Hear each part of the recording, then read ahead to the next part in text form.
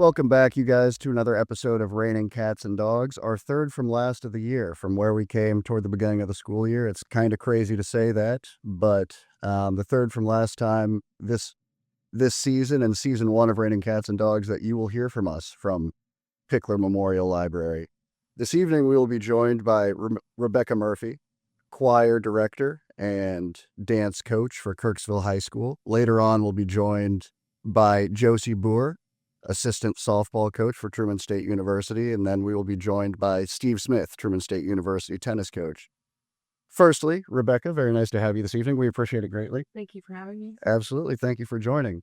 The first thing that, of course, I want to talk about is hectic time for you as you approach state competitions, your final MISHA competitions of the year for vocal performance toward the end of the month.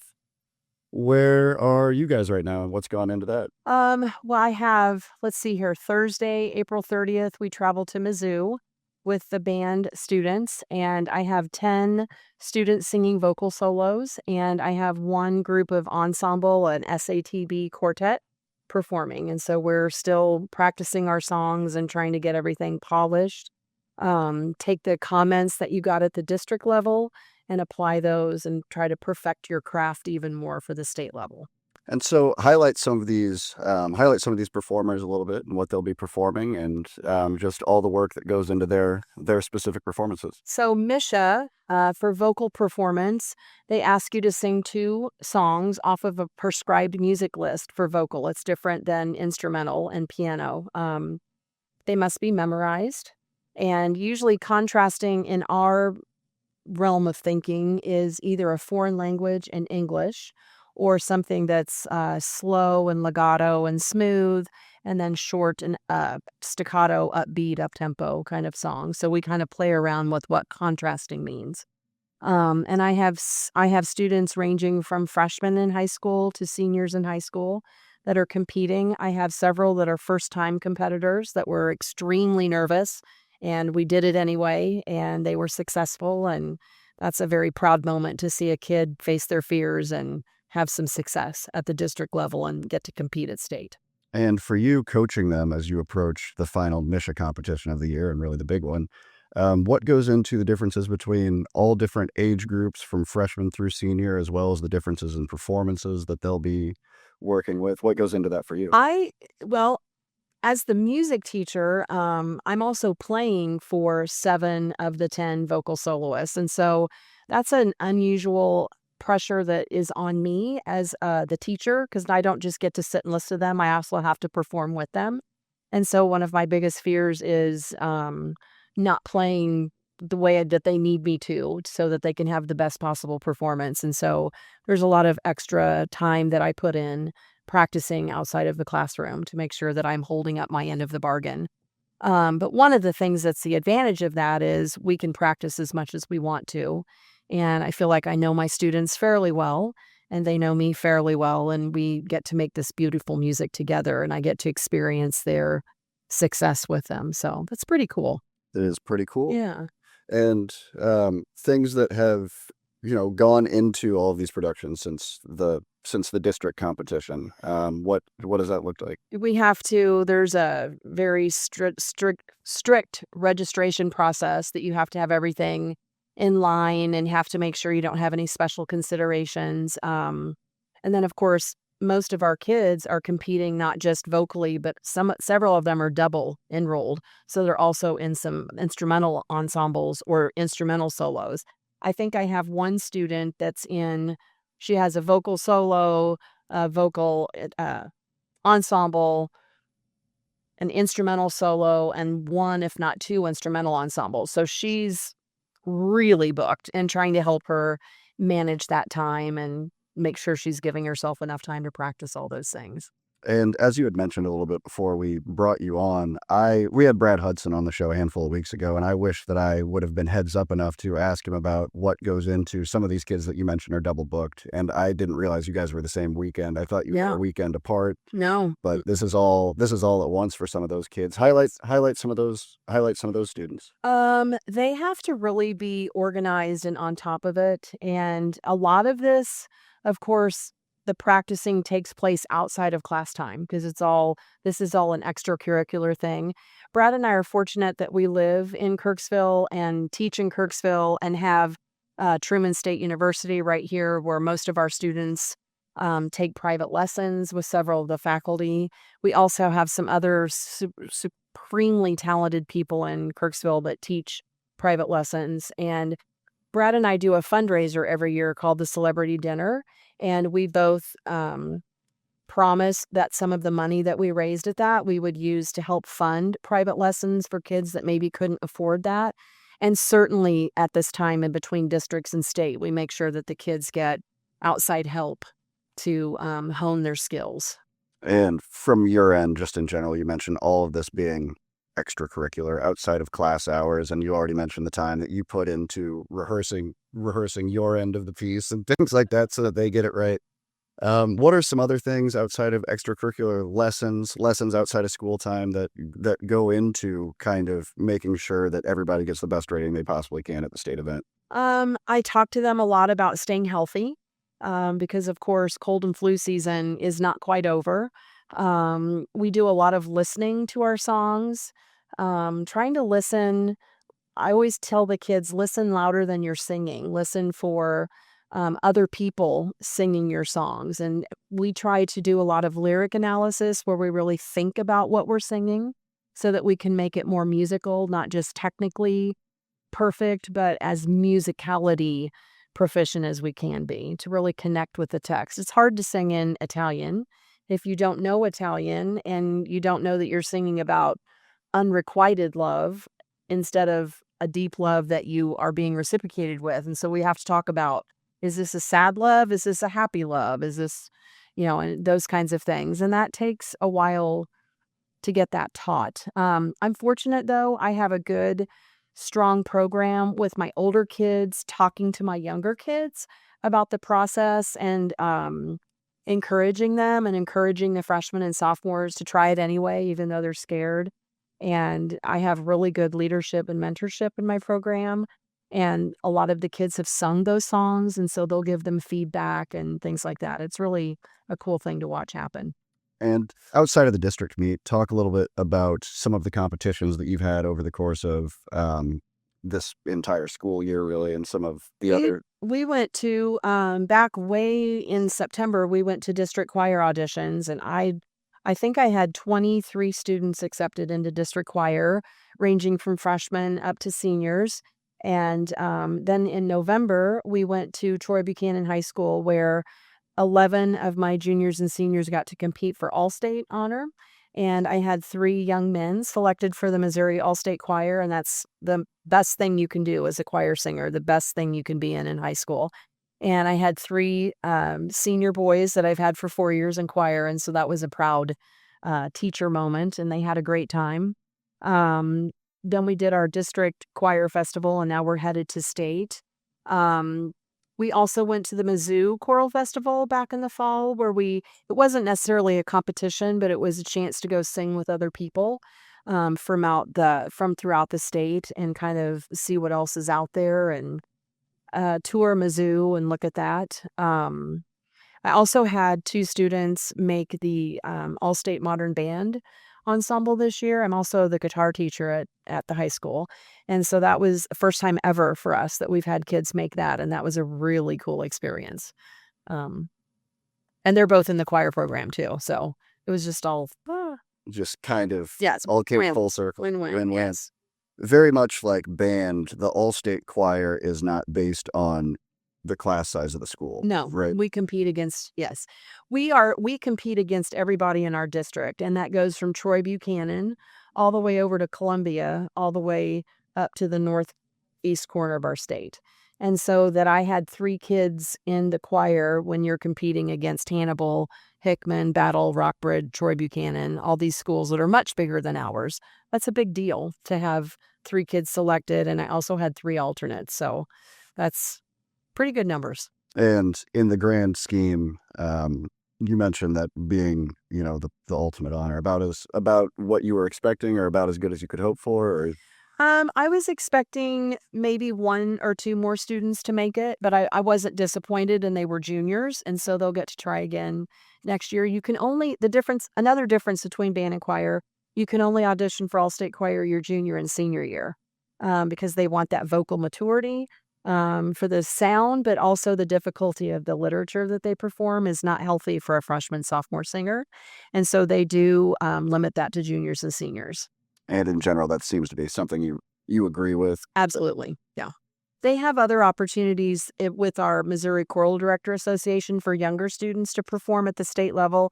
It's just not at our state NAFME conference. So it's still a state performing ensemble. It's just not at the same time. So Outside of competition, what goes into just your duties as far as performances that you have, non-competitive performances that you have throughout the course of the year? And that's a great from question. your end, juggling that. When I first got hired, I did not do a fall concert, and we only did a winter concert, holiday concert, and we did another spring concert in May sometime. And I found myself after the second year saying, I'm really tired of singing Christmas music in October. And so I decided to start singing a fall concert and getting the kids off the ground, singing fun songs and trying to get them just working together. And then also we weren't sick of the Christmas songs by the time December rolled around. Sure. So we do a concert in the fall. And then every other year, Dr. Mark Jennings and I do a collaborative concert here at Truman where his choirs and my choirs sing together. And this year we performed several selections from Handel's Messiah, and the university orchestra accompanied us. So that was really cool. And then we also did another holiday concert with just the high school band at the middle school. And then we'll have another big spring concert here in a couple of weeks. I have a student teacher this semester, and so I'm the accompanist and she's the director. She's picked all the literature, and I'm helping her figure out how best to teach my kids this stuff and be her accompanist. So, and then sometimes my kids get invited to go out and sing for different civic groups here in town. And I have a before school choir called Chamber Choir, and they'll get asked to go out and perform for small groups. I'm also the sponsor of the Tri-M Music Honor Society. And there was a group at ATSU that had us come up to an organization here in town and perform at Christmas time. And we did a sing along with them. And that was really cool to to watch the kids all make music and then host a sing along. Another thing that we do, this is why I'm so tired, just listening to myself talk about these things. Twice a year, we'll do a concert called For the Fun of It. My philosophy of education is, of course, I want to compete and do our best with that, but I really want the kids to make music. And I hope, my biggest hope is that they make music without me when they graduate, like that they continue to sing, play the guitar, play their horns, whatever, throughout the rest of their life. And so the For the Fun of It concert is literally what it's called, For the Fun of It. The kids put it on. I unlock the auditorium and help them turn on the lights. They run the sound, they run the lights, they make the program, and they just perform music that they like. And we do that twice a year, and it's probably my favorite 2 concerts that we do all year. That's excellent. One thing that Brad Hudson has stated is that he never saw himself as a band director when he was at these kids' age. He never, ever would have thought in 100 years, and now here he is, and he loves it. And, it's maybe one of those things that maybe that is in the back of some of your students' heads, is that something they could go on to do someday. Is there anything that you try to, pass along to these kids from a teaching perspective or that kind of angle as far as carrying music throughout their lives? Yes, I do. My first degree was in music therapy, and so I talk a lot about my first career, because I was like Brad. I did not ever see myself being a music teacher, and yet I love it. Like I feel like one of the richest people in the world because of what I get to do. I get to do music all day long. One of the things that I talk to my students about, and they would tell you I say this on the regular, as they say, if you're ever lucky enough or privileged enough to be a parent, singing to your babies. I've been to weddings where grooms and brides have sung to each other. There isn't anywhere that we go that we don't have music, be it at a funeral, at church, shopping at Hy-Vee, and just how important music is in our lives. Life is hard. Music makes it better. Some of these kids are going to grow up and be school board members, and I'd like them to remember that music was something that they enjoyed doing in school when they were in high school and the value of it. That maybe they'll remember that if they ever are on a school board and they could support music education in some way, that they find value in that. So, And you are fortunate enough that over the course of your tenure at Kirksville, you've seen some amazing kids Yeah. come and go. Yeah. Some who undoubtedly. have never pursued music professionally, but just having it as a part of their background is incredibly important to them and to you. Yeah. Talk about that a little bit. I have several students that are now music professors. I have a student studying at Belmont as a singer. She's a singer-songwriter. I had a former student that sang at the United Naval Academy Glee Club, and he would call me every time he was pulling up to the White House to sing for the president. I have kids on full ride scholarships going for music. I have kids singing at their churches. I have kids that are singing to their babies. I'm that old now that I have kids with former students with kids. And it just makes me so happy because it's what I wanted. Like, it's what I wanted for them, that they know the music room is somewhere that they can come and just and lean into the joy that music can bring us and the peace that music can bring us. These are stressed out kids that we're working with, our society right now. And sometimes music, they'll tell you this is the one class that they can take where they can just, You noticed that over the course of the past, you took over immediately for Jared Hendricks, right? I did. Mm-hmm. So the past 14 years? 16 years, excuse me. Have you noticed that these kids are in any way more stressed out? Yeah, Maybe when you undoubtedly. Everything feels like a race now to get into college. And now it's not just getting into college, but it's getting the best money, the most money possible, and what looks good on a resume and what looks good on a college application. The kids that are competitive, they want to be the best at competing. And music is still an art, and there's the human side to music. And we don't always or hardly ever do we make music perfectly.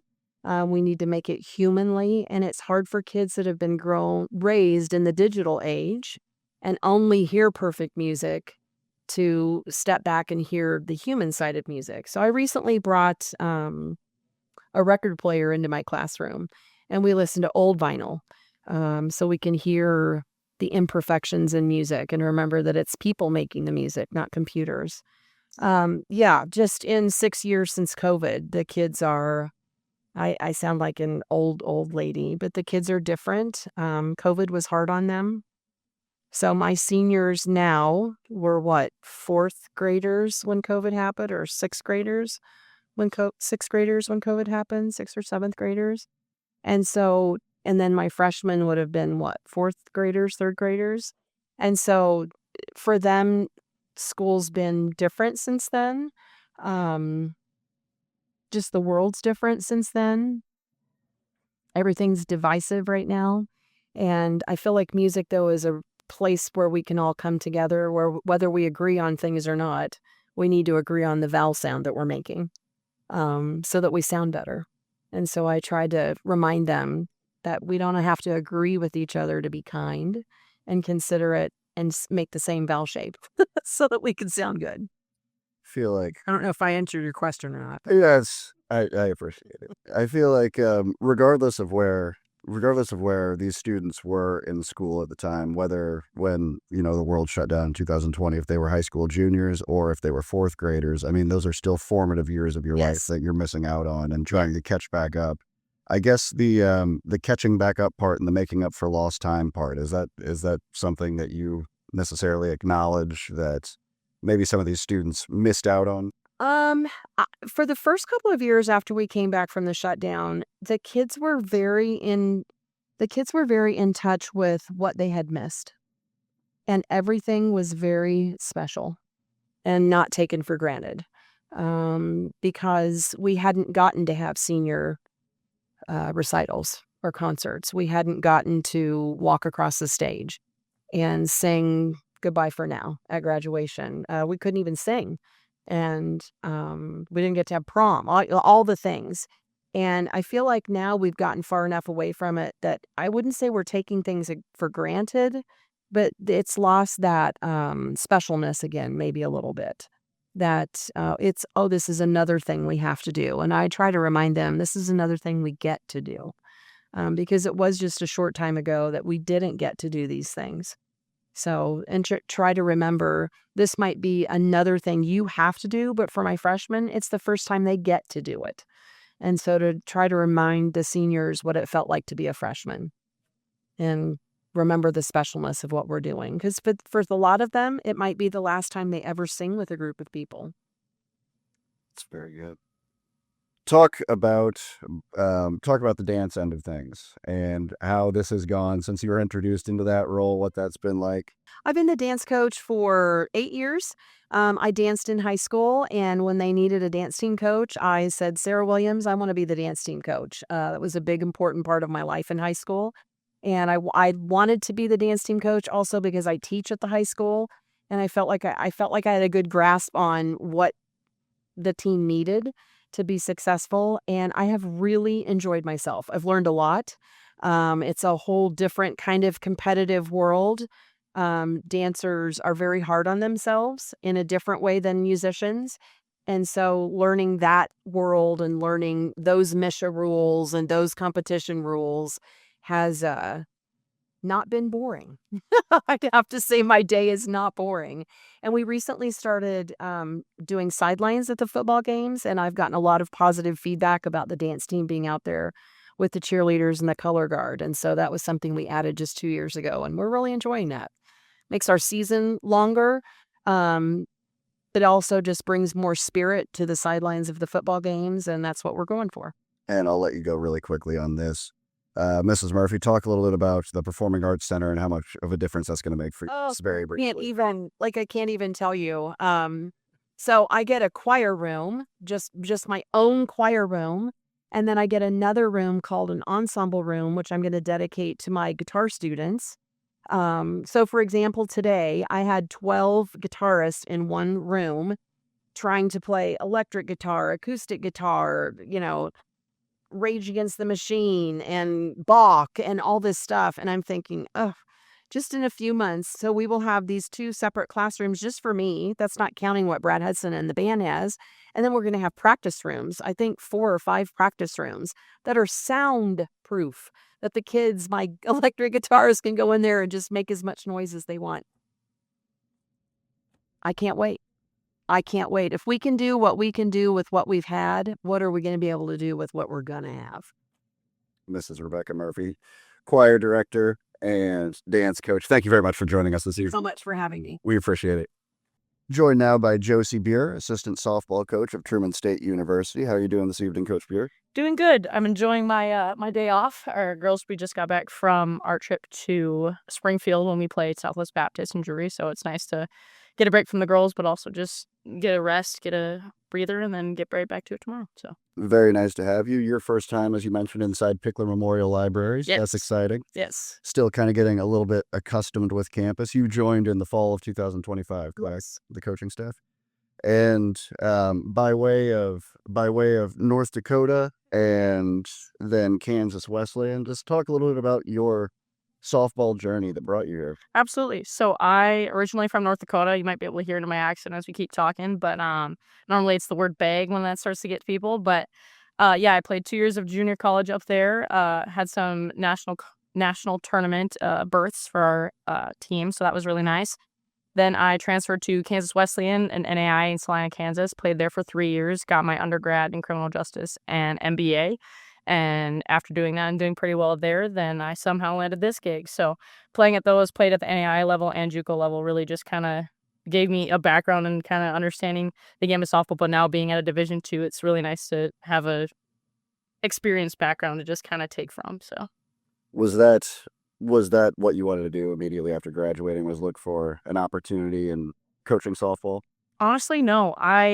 Like I said, my undergrad was in criminal justice, so that's a bit of a different stretch than even MBA for business. But I think my last year of softball, my 5th year, I had a hand injury. I broke my hand, which required surgery, and I was out for the first part of my season, which that just kind of allowed me to kind of we called me a grandma, but I got to sit back as that grandma role and just kind of experience like, I don't think I can be without this sport, whether it's just me playing or not, but still being involved in that, being somebody's hype woman, being somebody's support system. But I think during that time where I was injured in the first half of the preseason, that's really what got me to be like, I want to stick around the game. So Talk a little bit about what it's been like, what your duties have been like under Coach Ron Farrell, what some of your assignments are outside of just maybe running practice, kind of how that two-way street works. absolutely. Well, for one, my biggest thing with becoming an assistant was my near short goal is that I don't want to be a head coach right now. I mean, I'm 23 years old, and that's kind of not really where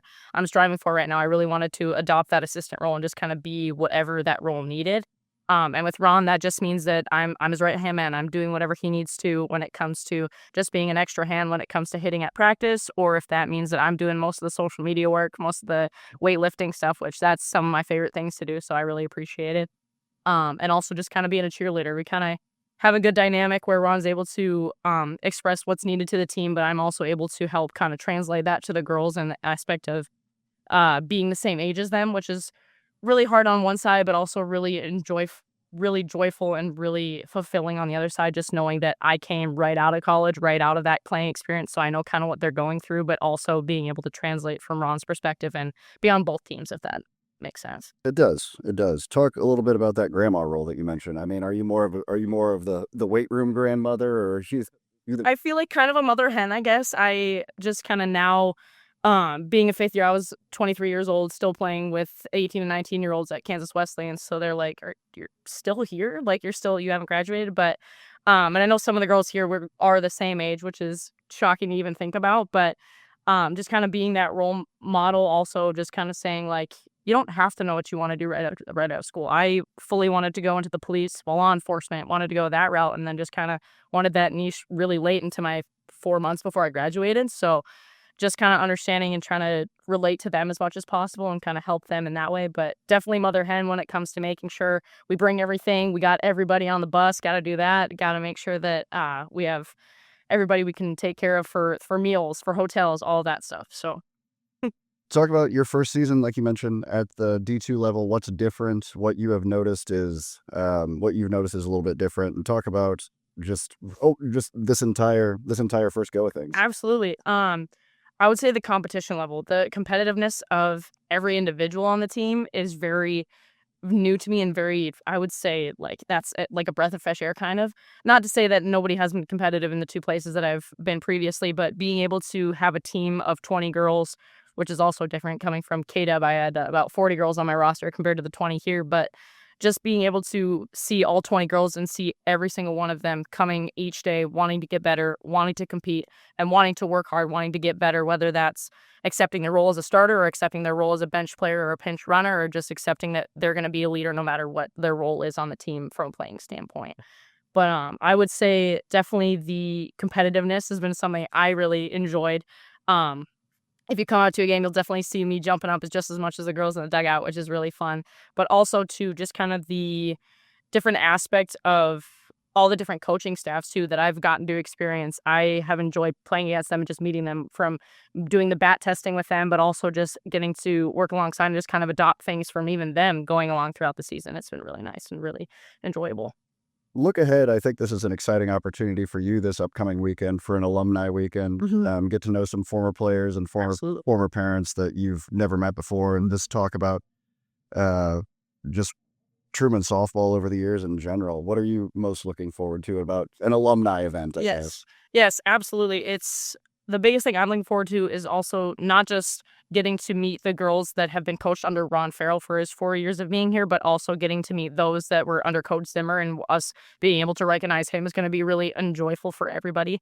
I'm also in charge of the RSVPs for that, so that's another assistant coach duty that I've had. But just being able to see the game of softball at Truman State and just being able to see how many people it's affected And I know that with it being out on social media and everything, not everybody coming is going to be alumni. So even being able to just make those connections for anybody from Truman or anybody from the Kirksville community who's able to come and just kind of put my name out there to kind of shake their hand and just kind of get more adopted and welcome to the community, which I already have been so nicely. So these events seem like things that you personally look forward to, absolutely. as far as being able to get your name, get your face out there, things like that.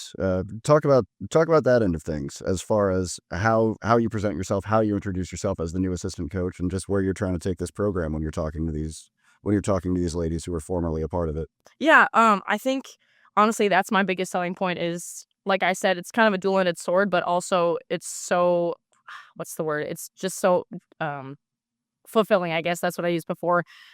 Just being able to relate so much to the girls, but also being able to express that I can still be myself and be myself as I was as a player. Like I was cheering, jumping up and down, being the first one in and out of the dugout, kind of just like I said, being everybody's hype girl, just kind of being a cheerleader and kind of just being that energy spark. And I know when you're playing 7 innings, we're playing 14 innings in a doubleheader, it gets kind of hard. It gets kind of lax. It's kind of the energy runs down. It's kind of like a roller coaster. But being able to accept my role as kind of being a spark plug when it comes to that, but also coming from the coaching side to also, if a girl makes an error or if something doesn't go our way the inning before when the other team scores, like being kind of not a light, but just being some sort of highlight, being there like, hey, we had really good at bats this. So I think we were having really aggressive at bats. Hey, Cassie, you did really great that last inning with that catch. Like just being able to find the positives from that, and also just kind of being, like I said, that spark plug, excuse me. But I was also called the Energizer Bunny back when I was in my playing days. So being able to be that, but also from a coaching standpoint and also help the girls out is what I really enjoy about my role here. From a more X's and O's point, what are some of your philosophies as far as you approach the game of softball? Yeah, I would say one of my biggest draws to coming here was base stealing. That was Ron likes to run the bases and he runs them a lot. So and that's everybody, not just our quickest girls, it's everybody. It's the game of softball and just kind of strategizing the game, which Ron does a very nice job of strategizing also, whether that becomes film every week that we watch with the teams upcoming, or it's the fact that we're introducing slash bunts, slash hits, kind of those different things that not every coach thinks about. Some coaches in our conference and in the game of softball just rely on their hitters, just rely on hitting the ball, which it works out with so many teams. And I think it works out for us as well. We're a big slinging team, but also being able to do a slash hit that kind of messes up the other team's defense, or having a delay steal with a jog play from first and third, kind of introducing that and just being able to draw chaos is what I like to call it, but also just being a part of that. And just I really enjoy that strategizing part of the game, which not everybody thinks about. So as you come down the stretch of this 2026 season, what are some things that you want to see from where you began the season to where you end it? And what are some takeaways that you would really like to have as you get into your last handful of games? it's absolutely insane to think about the fact that it's already almost May and that we've already played 6 or 7 tournaments back in February and March, and just being able to go through all these conference games. And I just know, looking at the schedule ahead of time, I was just shaking in my boots, honestly, of just how many games we had to go through. But now I think we have 2 weekends left now of GLVC play, and it's just crazy to see where we've gone. And we're playing some really good softball right now. I know right now in the standings doesn't really reflect that, but also in the fact that right now with us getting a split against Drury, like that's a big personal accomplishment for our team. So I think right now we're in a really good place. Our pitchers are in a really good place. I think our hitters have built up their confidence to where I think we're going to end not just our last home stretch with our senior day and alumni days on a high note, but I think that ending out GLVC play with 2 of our biggest competitors of Umsol and Maryville, I think it's going to come down to the wire, and I'm really excited to see where we end up in those games, no matter the outcome. So one thing that I love to ask every coach that we haven't spoken with yet so far on this program, just recruiting. What are your recruiting duties look like? I know that it's a year-round process, but is that something that you've already started to put pen to paper on and things like that? Absolutely. And that's another thing, kudos to Ron, but also being a new assistant in her first year, his ability to allow me to have say in recruiting and kind of understanding his philosophies in recruitment, but also letting me have a say. That's refreshing to me. That's something I wasn't expecting coming in, but him fully trusting me with, I'm pretty sure it was my second week here, not even full 14 days. He got me my rental car and he goes, "Okay, you're going here this weekend." I don't remember where it was or where I was doing, but he gave me pen and paper, just making these things down and kind of wanting to give me the pointers of what we need to see as a Truman State softball player, and just kind of, but with him trusting me, and that was really, it was really a big selling point for me. As soon as I got here, I was like, I think this is really going to be a really good dynamic.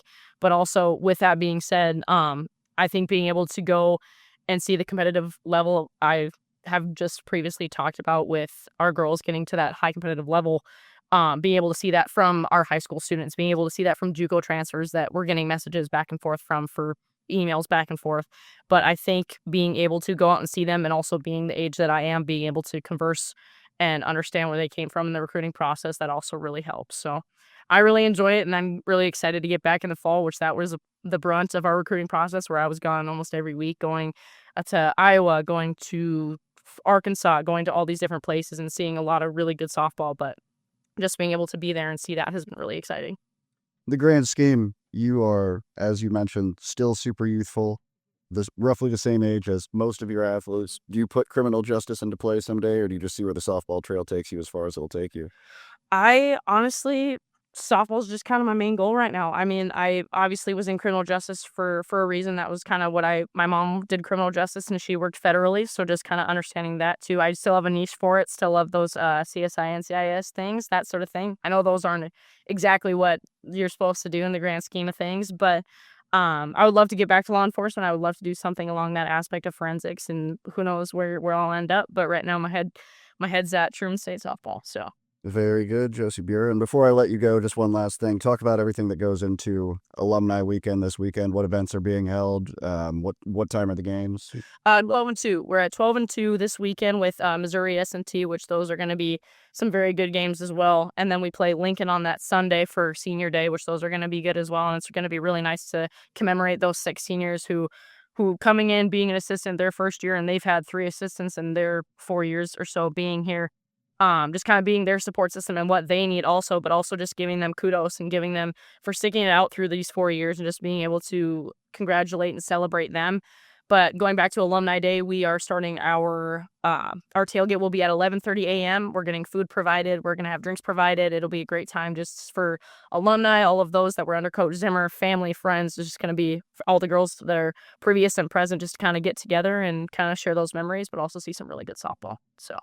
Coach Josie Buhr, Truman State University softball assistant coach. Thank you very much for joining us. Thank you so much. I really appreciate it. Thank you. Joined now by Truman State University tennis coach Steve Smith. Steve, thanks very much for joining us this evening. Thank you. We appreciate it. Coming off of a GLVC victory, versus Quincy this past weekend. Pretty exciting for you guys. Talk a little bit about the weekend that you guys are coming off of. In the last weekend, our partner school is Quincy, so you only play one GLVC team when it's your partner school. They came here. It was a little chilly, but it had a nice outcome. Essentially, we just played super well, and it came down to the wire. We got 2 out of the 3 doubles. We won at 2 and 3 doubles. And that gets you 1 doubles point. So it was 1-0 after the doubles. And then they got the next 2 singles.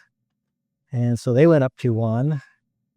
And then we got some help at, 5 singles. Belle Daniels won. And also Finley the Forge won at 3. And, then they won 1. So it went all to 3-all, and we had a long match at 4 singles, but Mary Grace Seymour got the win by taking the 3rd set, and we got a nice 4-3 win over Quincy, which hasn't happened in a while, and they were predicted to finish above us in the standings, so it was nice to get a win for the team. It's very relieving. And last week as well, you guys went to Pella, Iowa, and picked up a victory there. Yep. So coming off of back-to-back victories, how are you, and how's the team feeling in general coming down the very bitter end of the season? Well, we're playing well. It's mostly about having good practices, keeping them, relaxed in a relaxed state of mind, but ready to run the ball down and give their best effort. And no one is hurt right now, which is like super nice. And everybody's hitting the ball really well. So everything is working. Very good. And you guys round things out over the course of the next week or so in regular season play. Look ahead a little bit and then look ahead to some postseason types of things. Right. So the way that will go is we'll play William Jewell on Friday in Liberty, and then we'll play Rockhurst in Kansas City on Saturday. In order to qualify for the postseason, you have to finish in the top half of your division. We are the GLVC West, and that has not yet been determined. There are not very many women's tennis GLVC schools, are there? Well, there was at one time. There was 16, but I think it's like down to 11 or 12 now. And so the nature of your schedule, you will have only played six matches within the GLVC after this weekend. Yes, and that's because we played an extra one. We played one from the GLVC East. We played University of Illinois Springfield. Okay, that makes a lot more sense. Talk about over the course of since the GLVC season began. You right now are sitting at 11-9 overall, 1-3 in the GLVC. Since the GLVC season began, just where you guys have come and how you guys want to see your girls perform this weekend, especially coming off of such strong performances. So, what I want to see them is, I want to see them cover court well. I want to see them, hit the ball well, play intelligently, play strong. They need to play well. They need to play hard, and they need to play for each other. And after that, you get what you get. Maybe this is something you run into every year more than it seems like this year, but wind. It seems like it's been unavoidable. Is that something that you, from a coaching standpoint? Yeah, we get a lot of wind in Kirksville, and there's been some very windy matches. When we played Illinois Springfield, Sydney Dial got a really nice win in that at number 1 against Illinois Springfield, but it was super windy, and it's just part of the game. And I have to give my kids a lot of credit. They have never complained about it, but it can be frustrating to play in the wind because it limits what you can do. But they just take it in stride, support each other, and keep going. Where do you feel like, as the season comes to a close, where do you feel like in your final year this program is headed in the future? I'm very optimistic. We have a team of 10 women right now. 2 are graduating, 2 are coming in. We're going to graduate Sydney Dial, who's our number 1. She's been just outstanding for us all 4 years. She has 61 singles wins and 53 doubles wins. 25 of her doubles wins are with her current partner, Naina Molanji. So she will be missed. But we do have 2 people coming in, and we have a very talented team. We have a very young team right now. They're mostly sophomores and freshmen. We're also graduating Elena Dostal, who played 6 singles for us a number of times and also 3 doubles. And she's been an essential part of this team. She's taken a leadership role in terms of like a student athlete organization and just setting a good example on the court. And so we are going to lose Elena and Sydney, but we've got a great core of kids behind. And Steve Smith, friend of the program, on a handful of months ago, the first time that we had spoken, you mentioned excitement about some new girls who were going to enter the program, as well as the youth that you already have. I guess just talk about that excitement a little bit. You're losing some key pieces, but it's reload rather than rebuild, I guess, so to speak. Yeah, I mean, we have some sophomores now who have improved so much, that they've lifted their game, a level since they've been here, and they're getting better in many aspects of the game, including covering court and stroke production. So they are, it's hard to win at the top, and losing number 1, that's going to be that's not going to be easy. But Nina, one of our sophomores, she'll be right up there. And of course, Finley and Mary Grace, and then Belle, who is our one of our freshmen who's doing particularly well, and also Rachel Bibbins. I mean, there's just a young group of women who are helping each other get better and enjoying it. As you guys go to one of the easiest road trips in the entire conference this weekend, Jewel and then Rockhurst the following day, it's pretty just a zip down the road going to Liberty and then Rockhurst the following day. What goes into some of these weekend road trips where you have back-to-backers and being able to, if you didn't perform the way if you didn't perform the way you wanted to on Friday, you have Saturday just out your back door the following day, or vice versa? How does momentum, I guess, work in that regard? So that's interesting. You just kind of bounce from one to the next one, I mean, so they'll play hard on Friday. They'll have the rest day off. Be able to. I think it's probably noon for warm-ups on Saturday against Rockhurst. Rockhurst will be particularly challenging, but I expect us to play well, and I'm excited to see our kids play. But in terms of like going from one day to the next, and that, of course, as you say, distance-wise, that's not a hard trip, and it's not hard to get from Liberty to Kansas City. So I think we'll be ready to go. One last thing I want to ask you, Coach Smith, is when you talk about your girls playing well and being in good late season form, hitting well and moving well, what are some of those specific things that you're looking for when you see your team playing well and playing together? What does that mean to you? What it means to me is that they recognize anticipation.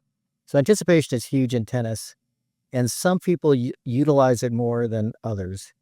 Sydney Dye, who's our number one, has superpowers of basically anticipation, covering court, and just counterpunching.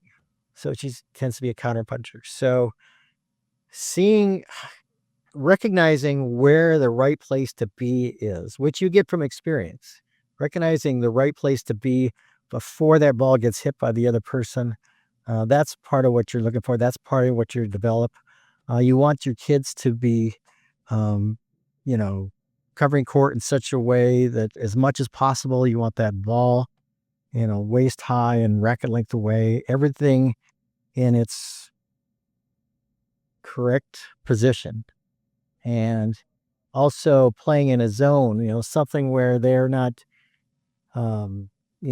worrying so much about what's going on. They're reacting to what's happening, seeing what's happening, and getting to the right spot at the right time. So just watching them grow, as the year goes by, and how much they've improved this year has been really rewarding. One last thing I wanted to ask you before I really do let you go this time. When we had spoken the first time, one thing that we were kind of bemoaning is in the wintertime and things like that for younger athletes, younger tennis players, to not really have a tremendous deal of opportunities to go play anywhere in the off season. Anything that specifically comes to mind for you for younger tennis players over the course of the springtime or summertime that we could plug and get out there? Yeah, get into a parks program. Talk to your Parks and Rec there. It's I taught in the Kirksville one for 20 years, and my first year I did it, there were 12 people signed up, and whatever number of years later, maybe 14, I had 176 people. So, I mean, it's a great place to meet people. And it's a great place to get introduced to the game of tennis and get better at tennis, because some of those kids, they actually came back from age, 6 up to 18, and I would have when they were very little. And then when I was the high school coach for a while, I would see them when they got to high school, and it's a lot of fun. Tennis is a fun game. and you'll learn how to be a teammate, you know. So I would say Parks and Rec, and just get out there and get a friend, get 3 friends, and go play. That's all it takes. Coach Steve Smith, thank you very much for joining us this evening. We appreciate it greatly. Steve Smith, Truman State University women's tennis coach. Thank you guys very much for joining us this evening. We will have 2 more episodes. It's pretty hard to believe, but we will only have 2 more episodes before season 1 of Raining Cats and Dogs ends for the year. I have been your host, Henry Jansen, sports writer for the Kirksville Daily Express, and we will see you guys next week. Thanks again.